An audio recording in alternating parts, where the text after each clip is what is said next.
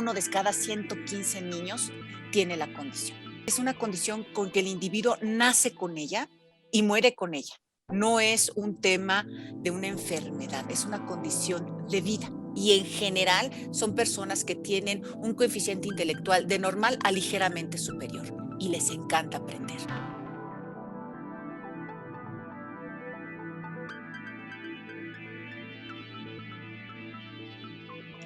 ¿Qué tal? Gracias por acompañarnos nuevamente. En esta ocasión recibo con mucho gusto a la maestra Laura Ávila Escoriza, directora de la Asociación Asperger México, a quien doy la bienvenida. ¿Qué tal? Muchas gracias, Mónica. Maestra, díganos para empezar, ¿qué es el síndrome de Asperger y cómo se manifiesta? El síndrome de Asperger es una condición neurobiológica que afecta a varias áreas del desarrollo. Y cuando decimos una condición neurobiológica, es que es una condición con que el individuo nace con ella y muere con ella. No es un tema de una enfermedad, es una condición de vida. Esta condición de vida, digamos que se manifiesta básicamente en el área social y de comunicación. Sin embargo, hay varias áreas de reto para ellos, ¿no? Una tiene que ver con la regulación sensorial, con la regulación emocional, pensamiento rígido, funciones ejecutivas, teoría de la mente y comunicación. Vamos a hablar muy brevemente de cada una de ellas. En esas dificultades a la regulación sensorial pueden ser hipersensibles o hiposensibles, luces, olores, sabores, texturas, y eso puede provocar en ellos que se desborden y que se incomoden enormemente. Cuando son muy chiquitos decimos que hacen un berrinche, el cual no es un berrinche, es que están verdaderamente incómodos. En inglés se dice meltdown. Y bueno, sí hay varias formas en las que se pueden ayudar. Hay otra característica que tiene que ver con la regulación emocional. Ellos no reconocen las emociones de los demás claramente y tampoco la de ellos mismos. Se dice que son como un globo de emociones en un mundo de alfileres. Entonces tienen que estar aprendiendo a contener sus emociones, a contener y no contener, sino manejar sus emociones adecuadamente. Igualmente, tienen dificultades con este pensamiento rígido. ¿Qué pasa? Ellos se les tiene que enseñar el lenguaje no verbal. No, nosotros nacemos o los chiquitos, los bebés desde muy pequeños aprenden el lenguaje no verbal. Ellos lo tienen y lo empiezan a comprender y a usar de manera intuitiva. Con ellos se les tiene que enseñar. Y la comunicación humana es en un 70-80% es comunicación no verbal. Entonces, si no la saben, les cuesta mucho trabajo entender su entorno. Entonces, el que cambien los planes, el que puedan hacer las cosas de diferentes maneras, les causa mucho estrés, les causa mucha inquietud. Entonces no se atreven a hacer cosas nuevas y siempre siguen las normas. Es como querer tener un manual de cada cosa que hacen para seguir el manual tal cual. Y pues la sorpresa o la realidad es que nuestro comportamiento humano no sigue un manual. Sí hay ciertas reglas, sí hay ciertos límites, pero siempre hay cosas que suceden de manera diferente. Entonces, para ellos les cuesta mucho trabajo el que se les sorprenda y cambiar sus planes. Tienen otra área muy importante que se les llaman funciones ejecutivas. ¿Qué pasa? Nosotros nos podemos planear, organizar, priorizar. Ellos les cuesta trabajo todo esto. Entonces necesitan de ayudas, agendas, pizarrones, apoyos que usamos todos los días, pero ellos más y desde muy pequeños. Igualmente, poder contener y manejar sus emociones también tiene que ver con funciones ejecutivas, porque cuando tú no logras algo que deseas, vives una frustración. Pero dices, ok, lo vuelvo a intentar, lo vuelvo a empezar, busco otra manera. Y ellos ese control de su frustración tienen que aprender. Todo lo que les estoy diciendo es algo que son sus características, pero pueden aprender y pueden aprender estrategias para poder funcionar de mejor manera. Por lo mismo, parece que están procrastinando todo el tiempo, que no se deciden algunos a hacer las cosas. ¿Y por qué es? Pues porque no saben cómo empezar y les cuesta trabajo pedir ayuda. Entonces a veces no hacen la tarea, no entregan, pero no es que no quieran, es que necesitan un apoyo para poder comenzar. Otra de sus dificultades tiene que ver con algo que llamamos teoría de la mente y lo explicamos como todos tenemos una teoría de lo que está pensando nuestro interlocutor, todos. A veces no lo hacemos consciente, pero tenemos una teoría. Ellos, con todos los que les estoy platicando de que su comunicación, del tema de no leer el lenguaje no verbal y este manejo de emociones, pues les cuesta mucho trabajo entender los pensamientos de los otros, adivinar qué es lo que necesita el otro. Entonces eso hace que les parezcan nada empáticos y desconsiderados, groseros, y no tiene que ver con eso, tiene que ver en que necesitan entrenarse para poder conocer y leer a la otra persona. También les digo que se llama teoría de la mente. Entonces esas son en general características muy rápido de lo que es la condición. Maestra, ¿qué indican las estadísticas sobre esta condición en nuestro país? En nuestro país hay muy poca información. Casi siempre nos hemos manejado con información de la Organización Mundial de la Salud o incluso Estados Unidos. Pero afortunadamente empezó en el año entre 2011 y 2013, se hizo un estudio epidemiológico en la ciudad de León, Guanajuato, que arrojó que uno de cada 115 niños tiene la condición. Es una cifra elevada, Es una cifra realmente. elevada. De ahí la importancia de conocer las características de esta condición. Y usted mencionaba que la manera diferente en que estas personas perciben la realidad y su entorno les genera ciertas dificultades que tienen que entrenar, pero también sabemos que les dota de habilidades que incluso muchas veces los hacen sobresalientes en ciertas áreas. ¿Puede hablarnos al respecto? Claro que sí. Para eso me gustaría hablar, pues, precisamente de el lado A, ¿no? Hablamos un poquito del lado B, vamos a hablar un poquito del lado A. ¿Qué características valiosas tienen estas personas? Son muy inteligentes. Dentro de los trastornos del espectro autista tenemos 3 niveles. Ellos están en el nivel más funcional y en general son personas que tienen un coeficiente intelectual de normal a ligeramente superior y les encanta aprender. Son personas que son muy focalizadas, le diríamos en inglés hiperfocus. ¿Qué significa? Que cuando tienen un tema de interés, se van a concentrar, van a estudiarlo, van a agotarlo, van a usar toda su energía. Y entonces, ¿qué pasa? Se empiezan a hacer expertos en ello. Entonces se vuelven verdaderamente y no tienen un fin, o sea, quieren aprender y investigan más, investigan más y se adentran en ese conocimiento. La parte social es su gran reto y entonces ese está por otro lado, pero en el área de conocimiento que les gusta, que les apasiona, van a ser lo que le llamamos hiperfocus, ¿no? Entonces hablamos de una persistencia. Si quieren algo, van a insistir y van a buscar y van a buscar y van a buscar. Tienen una habilidad para encontrar caminos diferentes, porque como tienen esta insistencia y esta persistencia, entonces buscan caminos diferentes y tienen una atención a los detalles enorme, que esto hace que tengan ideas muy creativas, porque ven los detalles que los demás, los que le llamamos neurotípicos, ¿no? Digamos, personas que no tienen la condición, pues los pasamos por alto. ¿Se acuerdan que les decía que siguen las normas y las reglas?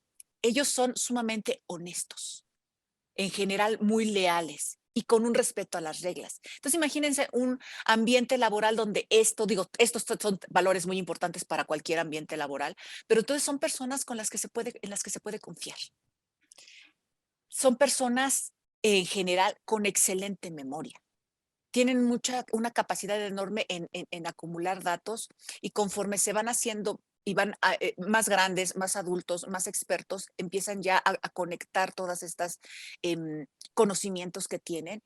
Y pues hay aquellos que los tienen en ciertos lugares. Imagínense una persona abogado que se dedica a revisar contratos. No se le da un detalle y va a estar todo perfectamente bien. O sea, hay ciertas empresas o ciertas tareas que, pues todas estas características que le estoy diciendo son sumamente valiosas. Entonces, ¿se vuelven expertos? Sí, respondiendo a tu pregunta, y tienen habilidades enormes, sí, si ellos se dedican a este tema de interés, van a ser exitosos. en la parte de conocimiento. Maestra Ávila, ¿cuál es el tratamiento médico y terapéutico que requieren quienes presentan Asperger? Bien, me gusta dividirlo en dos, porque una cosa sucede con los niños y otra cosa sucede con los adolescentes y adultos. Vamos primero con los niños. Estamos hablando que en el DSM-4, que es este libro de estadístico y de enfermedades mentales que se publica en Estados Unidos y que aquí en México lo tomamos, está ahorita el DSM-5, es decir, la versión 5, pero desde el DSM-4 estaban dentro de los trastornos generalizados del desarrollo. ¿Ok? Entonces, ¿qué pasa? Que cuando son niños y están empezando a madurar todas sus habilidades, se necesitan revisar más cosas y a veces necesitan de más apoyos o de apoyos diferentes. Por ejemplo, la mejor de integración sensorial. Cuando les hablaba de lo que tiene que ver con los sentidos, entonces hay una terapia que les ayuda a, si están hipersensibles, a bajar eso, o si están hiposensibles, a elevarlo. Entonces, integración sensorial. Terapia física como tal. Ellos tienen, hay otros dos características que tienen que ver como laxitud en sus articulaciones. No todos, tengo que decir que no, dos personas con la condición no son iguales. Entonces, algunos tienen más una característica que otra, o la mejor una no.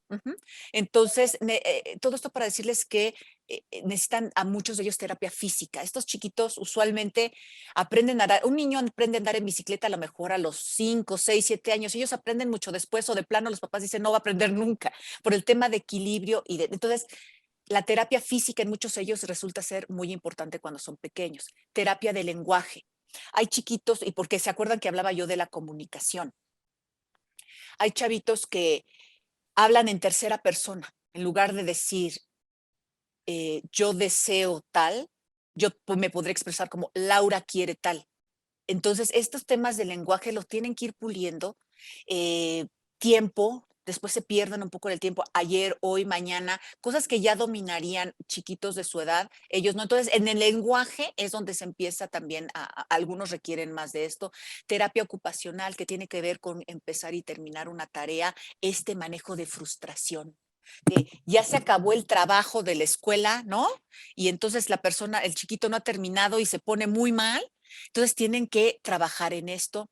La terapia cognitiva conductual, que tiene que ver con cómo yo recibo la información exterior de mis sentidos, de mis sentimientos, y de ahí yo tengo unos pensamientos y hago y actúo, tengo un comportamiento. Todo este ciclo tenemos que ayudar, y se puede ayudar con la terapia cognitiva conductual. Desarrollo de habilidades sociales. Acuérdense que las habilidades sociales es lo que más les cuesta trabajo, ¿no? La comunicación. Entonces, si están en grupos de habilidades sociales va a ser muy bueno. Y dejé hasta el último la medicación y comorbilidades, porque no hay un medicamento para el síndrome de Asperger como tal, sino que hay comorbilidades, otras condiciones con las que convive el Asperger, que puede ser déficit de atención, que puede ser trastorno obsesivo compulsivo, que puede ser,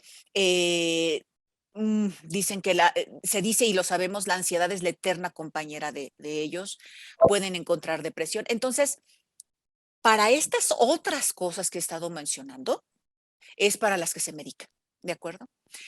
Cuando nos vamos a adolescentes y adultos que ya tuvieron una historia académica, ya pasaron la primaria, ya pasaron la secundaria o están en la secundaria y más, hay tres áreas muy importantes en donde se les puede ayudar. Una, y la más importante, son las habilidades sociales. Imagínense si cualquier ser humano en la adolescencia nos enfrentamos a muchos cambios, un chavo con la condición es un poco más. Entonces es necesario apoyarle con habilidades sociales.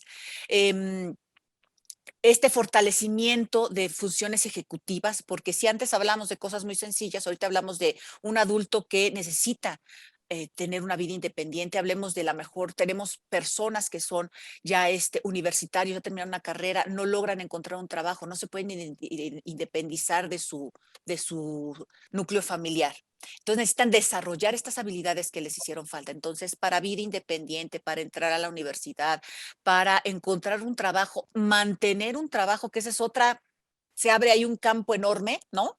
De oportunidades, de apoyo para ellos que tiene que ver con la inclusión laboral y ellos desean también tener una pareja, tener familia, entonces las habilidades sociales también tienen que ver hacia la amistad, la pareja, educación de hijos, entonces todo esto va con las personas adultas. Nuevamente, la terapia cognitivo-conductual, igual que cuando eran chicos, obviamente ya para adultos, adolescentes y adultos, algo que le llamamos la psicoeducación, entender, porque una cosa es lo que nosotros les expresamos y les explicamos, y otra ver cómo la cacharon, cómo sienten su condición, y de ahí cómo afrontan el decir, qué es lo que queremos como asociación, que sepan cuáles son sus áreas fuertes, que sepan cuáles son sus áreas de oportunidad y que desarrollen estrategias para poder palearlas. Y esto les ayuda a tener una mejor condición de vida, calidad de vida, ¿no? ¿Qué posibilidades de vida independiente tiene alguien con Asperger? ¿Deben mantenerse bajo terapia durante toda su vida? Ok. ¿Pueden tener una vida independiente? Sí, sí la pueden tener. Pero esta vida independiente, y a veces las familias no están muy conscientes de ello, tiene que ver, a veces las familias se centran en el que aprendan académicamente cosas, pero son inteligentes, lo van a aprender. Es la parte de la seguridad personal, es la parte de la independencia a la que hay que también ponerle mucho, mucho énfasis. Y desde chiquitos el cómo bañarse, cómo arreglar su cuarto, hacerse un alimento, ir a la tienda, hacer un súper, administrar su dinero. Todo eso hay que ayudarles desde muy chicos para que lo vayan aprendiendo, para que lo vayan practicando, para que todas las dificultades que tengan nosotros como personas que apoyamos, les podamos ayudar. Entonces, sí, necesitan un trabajo desde muy chicos y un acompañamiento en las escuelas. Ellos tienen una forma diferente de aprender y son muy lógicos, pero hay que entenderlo muy bien. Entonces necesitan apoyos en la escuela, necesitan a veces adecuaciones curriculares que no son extraordinarias. En inclusión laboral hay, dependiendo de la empresa, dependiendo del área en donde están trabajando, necesitan también algunas adecuaciones. Dígase que en lugar de que les estén dando todo el tiempo las indicaciones platicando como tú y yo lo estamos haciendo ahorita y a lo mejor se te van detalles y demás, ellos lo necesitan por escrito para que sea detallada, para que sepan que no dé cabida a malas interpretaciones y equivocaciones. En un mundo en el que la diversidad empieza a reconocerse en diversos ámbitos, ¿cómo considera que nos encontramos respecto a la neurodiversidad? Hace 10 años decíamos la palabra autismo y mucha gente no tenía ni idea. ¿Aunque? Hoy por hoy, ya el autismo, ya las personas tienen, mayor número de personas tienen más idea. Dentro de los programas escolares ya se empieza a identificar el tema de las competencias. Hay chavos que son más científicos, hay chavos que son más sociales, hay chavos que son más, que tienen que ver con con los movimientos, con la música. Entonces, el simple hecho de empezar a reconocer que el ser humano puede tener mayores aptitudes en diferentes áreas, ya empieza a ser un poquito, ya empezamos a reconocer lo valioso de nuestro mundo, ¿no? Ahorita en la parte tecnológica es donde se pide más personas con la condición. SAP, Microsoft, Facebook, AT&T, estas empresas tecnológicas ya tienen perfiles que tienen que ver con síndrome de Asperger autismo. Entonces esto nos da como mucha esperanza. Falta mucho, sí. Todavía hay rechazo social, sí. Pero puedo decir que aquí en la asociación ya el que nos empiecen a pedir empresas, personas, dices, wow, ahí van, falta mucho, pero ahí vamos. Le agradecemos mucho esta charla muy interesante y para terminar quiero pedirle que comparta con el auditorio qué libro está leyendo. El libro que estoy leyendo, releyendo a raíz de esta entrevista, es uno que se llama La diferencia invisible. La diferencia invisible habla de una chica que va descubriendo que tiene la condición, pero lo que me encanta de este libro es que lo hace de manera muy coloquial, muy fácil de leer y es como un cómic. Y al ser un cómic, todos estos estímulos sensoriales nos los transmiten más fácilmente a los lectores. Nuevamente le agradezco, maestra Laura Ávila, por esta charla que espero contribuya a la mejor comprensión del síndrome de Asperger y al respeto y a la atención para quienes presentan esta condición. Como siempre, al auditorio le digo que en la introducción de este video se encuentran las ligas de contacto para los interesados en el tema y en apoyar la causa de la asociación. A todos ustedes, nos veremos pronto. Déjanos tus comentarios y si te gustó, dale like.